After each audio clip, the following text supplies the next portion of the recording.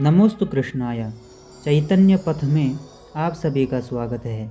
इस वीडियो में हम श्रीमद् भगवद गीता को निम्न बिंदुओं के माध्यम से जानेंगे। श्रीमद् भगवद गीता का परिचय, भगवद गीता का अर्थ एवं महात्म्य, भगवद गीता की पृष्ठभूमि, त्रिविध योग जिसमें कर्म योग, ज्ञान योग तथा भक्ति योग है, गीता का आधुनिक जीवन में महत्व और अंत में निष्कर्ष। तो आइए श्रीमद् भगवद गीता का परिचय जानते हैं। हम श्रीमद् भगवद गीता के उस दिव्य ज्ञान को समझने का प्रयास करेंगे जो केवल एक धार्मिक ग्रंथ ही नहीं अपितु संपूर्ण मानवता के लिए एक शाश्वत संदेश है। यह ग्रंथ केवल हिंदू धर्म के अनुयायियों के लिए ही नहीं अपितु संपूर्ण विश्व के लिए एक आध्यात्मिक मार्गदर्शिका है। यह कर्म, धर्म, योग, भक्ति, ज्ञान और मोक्ष का संपूर्ण सार प्रस्तुत करती है। भगवद गीता क्या है, इसकी रचना कब और कैसे हुई, इस ग्रंथ में क्या शिक्षाएं दी गई है, आज के युग में गीता क्यों आवश्यक है, कैसे यह ग्रंथ हमें आध्यात्मिक और मानसिक शांति प्रदान करता है, आइए इन सभी बिंदुओं पर चर्चा करें। यदि आप भी श्रीमद् भगवद गीता के गूढ़ ज्ञान को समझना चाहते हैं और इसे अपने जीवन में उतारना चाहते हैं तो इस वीडियो को अंत तक जरूर देखें। तो चलिए इस दिव्य ज्ञान यात्रा की ओर अग्रसर होते हैं। भगवद गीता का अर्थ एवं महात्म्य। मोकम करोति वाचालम पंगुम लंघयते गिरिम यत्कृपा तमहम वंदे परमानंद माधवम। जिनकी कृपा से गूंगा भी वाचाल अर्थात प्रखर वक्ता बन सकता है, लंगड़ा भी पर्वत लांघ सकता है, उन परम आनंद स्वरूप माधव भगवान श्री कृष्ण को हम प्रणाम करते हैं। भगवद गीता का शाब्दिक अर्थ क्या है, आइए समझते हैं। भगवता श्री कृष्णेन गीत माध्यमेन प्रकटिता यासा भगवद गीता, अर्थात योगेश्वर श्री कृष्ण ने जिस दिव्य ज्ञान अमृत को गीत रूप में प्रकट किया वही भगवद गीता है। वेदोपनिषद पुराणादि सर्वशास्त्राणाम सारः श्रीमद् भगवद गीता, अर्थात गीता वेद, पुराण, उपनिषद आदि शास्त्रों का सार है। इस वाक्य को एक रूपक के माध्यम से पुष्ट करने वाला यह श्लोक है। सर्वोपनिषदो गावो दोग्धा गोपाल नंदनः पार्थो वत्सः सुधीर भोक्ता दुग्धम गीतामृतम महत्, अर्थात सर्वोपनिषदों गावो, सभी उपनिषदों को गौ के समान माना गया है। जैसे गाय से अमृतमय दूध प्राप्त होता है वैसे ही उपनिषदों से उच्चतम आध्यात्मिक ज्ञान प्राप्त होता है। दोग्धा गोपाल नंदनः, भगवान श्री कृष्ण इस दुग्ध का दोहन करने वाले हैं, अर्थात उन्होंने उपनिषदों के गूढ़ तत्वों को सरलता से गीता में व्यक्त किया है। पार्थो वत्सः, अर्जुन इस ज्ञान रूपी दूध को पीने वाले बछड़े के समान है। भगवान श्री कृष्ण ने अर्जुन को गीता का उपदेश दिया, ठीक वैसे ही जैसे बछड़े को गौ दूध देती है। सुधीर भोक्ता, केवल अर्जुन ही नहीं बल्कि जो भी बुद्धिमान व्यक्ति इस ज्ञान को समझता है तथा आत्मसात करता है वह इसका उपभोग करता है। दुग्धम गीतामृतम महत्, अर्थात गीता का ज्ञान अमृत के समान है जो जीवन को सही दिशा में ले जाता है और मोक्ष का मार्ग दिखाता है।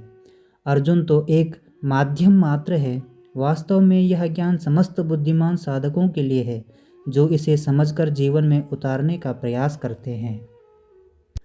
भगवद गीता की पृष्ठभूमि।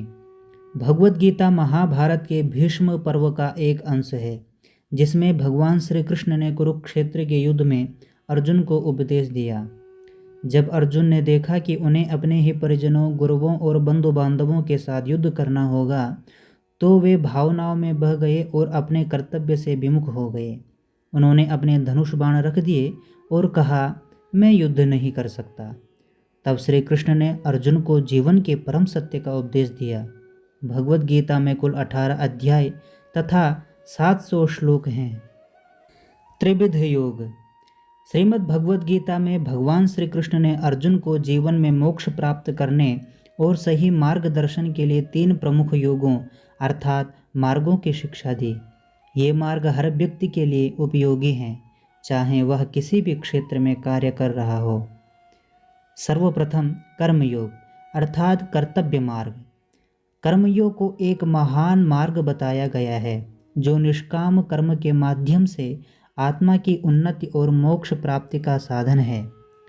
भगवद गीता के दूसरे अध्याय के 47वें श्लोक में भगवान श्री कृष्ण कहते हैं, कर्मण्येवाधिकारस्ते मा फलेषु कदाचन मा कर्म फल हेतुर्भूः मा ते संगोस्त्व कर्मणि। अर्थात भगवान श्री कृष्ण कहते हैं कि हमें कर्म करने का अधिकार है, लेकिन उसके परिणाम की चिंता करने का अधिकार नहीं है। यदि हम फल की चिंता में ही डूबे रहेंगे तो हम सही तरीके से कर्म नहीं कर पाएंगे। फल की इच्छा किए बिना कर्म करना सच्चा योग और शांति का मार्ग है।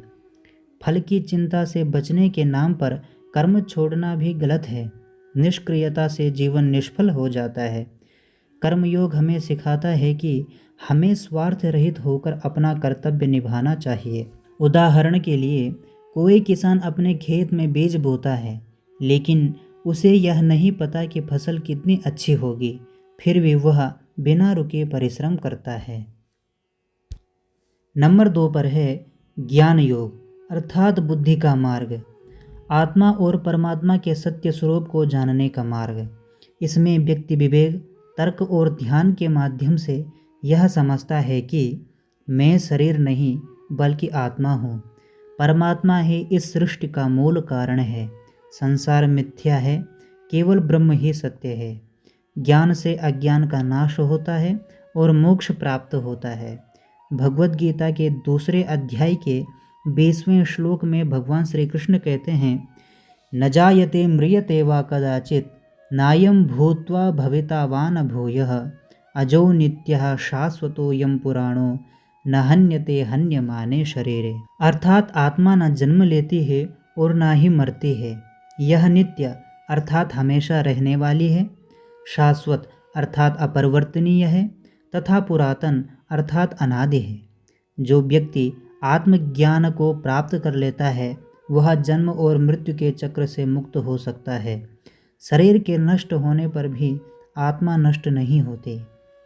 उदाहरण के लिए, जिस प्रकार मनुष्य पुराने वस्त्रों का परित्याग कर नूतन वस्त्र धारण करता है, उसी प्रकार आत्मा भी पुराने शरीर को त्याग कर नूतन वस्त्र धारण करती है। नंबर 3 पर है भक्ति योग अर्थात ईश्वर प्रेम का मार्ग। भगवद गीता में भक्ति योग को परमात्मा तक पहुँचने का सर्वोत्तम मार्ग बताया गया है। भगवान श्री कृष्ण ने अर्जुन को समझाया कि निष्कपट भक्ति और पूर्ण समर्पण से ही मनुष्य मोक्ष प्राप्त कर सकता है। भगवद गीता के 9वें अध्याय के 22वें श्लोक में श्री कृष्ण कहते हैं, अनन्याश्चिन्तयन्तो मां ये जनाः पर्युपासते तेषां नित्याभियुक्तानां योगक्षेमं वहाम्यहम्। अर्थात जो भक्त अनन्य भाव से मेरा चिंतन और भजन करते हैं, मैं स्वयं उनके योग अर्थात आवश्यकताओं की पूर्ति और क्षेम अर्थात संरक्षण का ध्यान रखता हूँ। भक्ति योग अर्थात भगवान के प्रति प्रेम, श्रद्धा और पूर्ण समर्पण। इसमें मनुष्य अपने अहंकार, स्वार्थ और माया को छोड़कर भगवान की शरण में आ जाता है। भक्त के लक्षण क्या होते हैं, आइए जानते हैं। सर्वप्रथम पूर्ण समर्पण अर्थात भगवान को अपना सर्वस्व मानना। निष्काम प्रेम, स्वार्थ के बिना ईश्वर की भक्ति करना। स्मरण और जप, निरंतर भगवान के नाम का स्मरण और कीर्तन करना। दैन्यता और अहंकार का त्याग, अहंकार छोड़कर भगवान के चरणों में रहना। संतों और भक्तों की संगति, आध्यात्मिक समाज से जुड़ना। यह मार्ग सिखाता है कि पूर्ण समर्पण और प्रेम से ईश्वर को पाया जा सकता है। उदाहरण के लिए, मीराबाई और भक्त प्रहलाद ने केवल भक्ति के बल पर ईश्वर को प्राप्त किया। यह भक्ति योग का सर्वोत्तम उदाहरण है। गीता का आधुनिक जीवन में महत्व। आजकल के जीवन में हम कई समस्याओं का सामना करते हैं, जैसे तनाव, भविष्य की चिंता, सही निर्णय ना ले पाना इत्यादि। आइए कुछ बिंदुओं पर चर्चा करते हैं। मानसिक शांति और तनाव प्रबंधन। आज की भागदौड़ भरी जिंदगी में लोग तनाव, चिंता और अवसाद से जूझ रहे हैं। गीता हमें समत्व योग सिखाती है। सुख दुख, लाभ हानि, सफलता असफलता में समान रहने का भाव, जिससे मानसिक शांति मिलती है।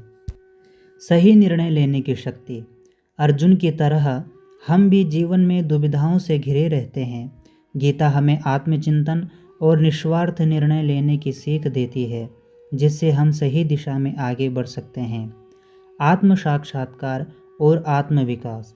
गीता हमें यह समझाने में मदद करती है कि हम केवल यह शरीर नहीं बल्कि अमर आत्मा हैं। न जायते म्रियते वा कदाचित। इससे हम अहंकार, लोभ और ईर्ष्या से मुक्त होकर जीवन को उच्च उद्देश्य की ओर ले जा सकते हैं। संबंधों में संतुलन। आजकल पारिवारिक और सामाजिक रिश्तों में तनाव बढ़ता जा रहा है। गीता हमें सिखाती है कि मोह और आसक्ति से बचते हुए अपने कर्तव्यों का पालन करें, जिससे रिश्ते मधुर और संतुलित बने रहें। नेतृत्व और प्रेरणा। भगवान श्री कृष्ण ने अर्जुन को न केवल ज्ञान दिया बल्कि उसे आत्मविश्वास और कर्तव्य बोध भी कराया। आधुनिक प्रबंधन और नेतृत्व में गीता के सिद्धांतों का उपयोग किया जाता है। भौतिकता से परे संतुलित जीवन।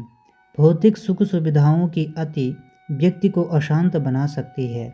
गीता सिखाती है कि धन और ऐश्वर्य बुरे नहीं हैं, लेकिन उनमें आसक्ति दुख का कारण बन सकती है। अभी तक भगवत गीता के विषय में जो कुछ भी हमने जाना, उससे क्या निष्कर्ष निकलता है? भगवत गीता जीवन जीने की एक कला है।